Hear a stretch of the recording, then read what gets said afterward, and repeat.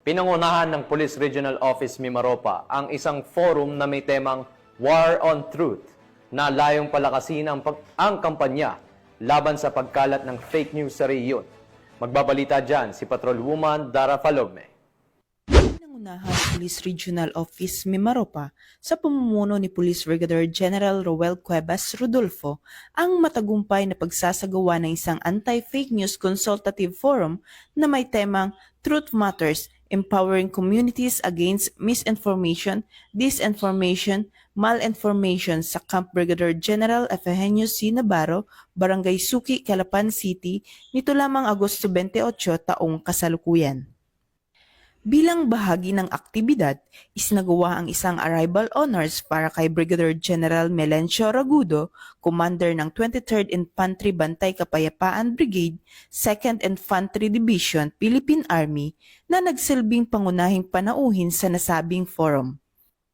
Layunin ng aktibidad na pagtibayin ang ugnayan ng mga ahensya ng pamahalaan, law enforcement units, civil society, at media sa pagtugon sa banta ng misinformation, disinformation at malinformation. Kabilang sa mga nagsilbing tagapagsalita ang mga kinatawan mula sa Philippine Information Agency, Department of Information and Communication Technology, at Regional Anti-Cybercrime Unit 4B. Sa kanyang mensahe, binigyan diin ni Police Brigadier General Rodolfo na ang maling impormasyon ay hindi lamang suliranin ng komunikasyon, kundi isa ring seryosong isyong pangsiguridad.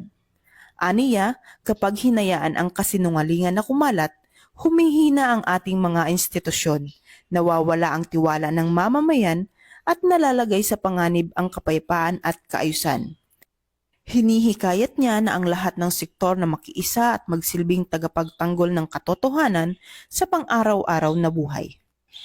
Isa sa mga tampok ng programa ay ang panunumpa ng paninindigan at suporta kung saan sama-samang nangako ang mga kalahok na maging katuwang sa paglaban ng pekeng balita at tiyakin na mananatiling haligi ang katotohanan para sa kapayapaan, kaayusan at mabuting pamahalaan.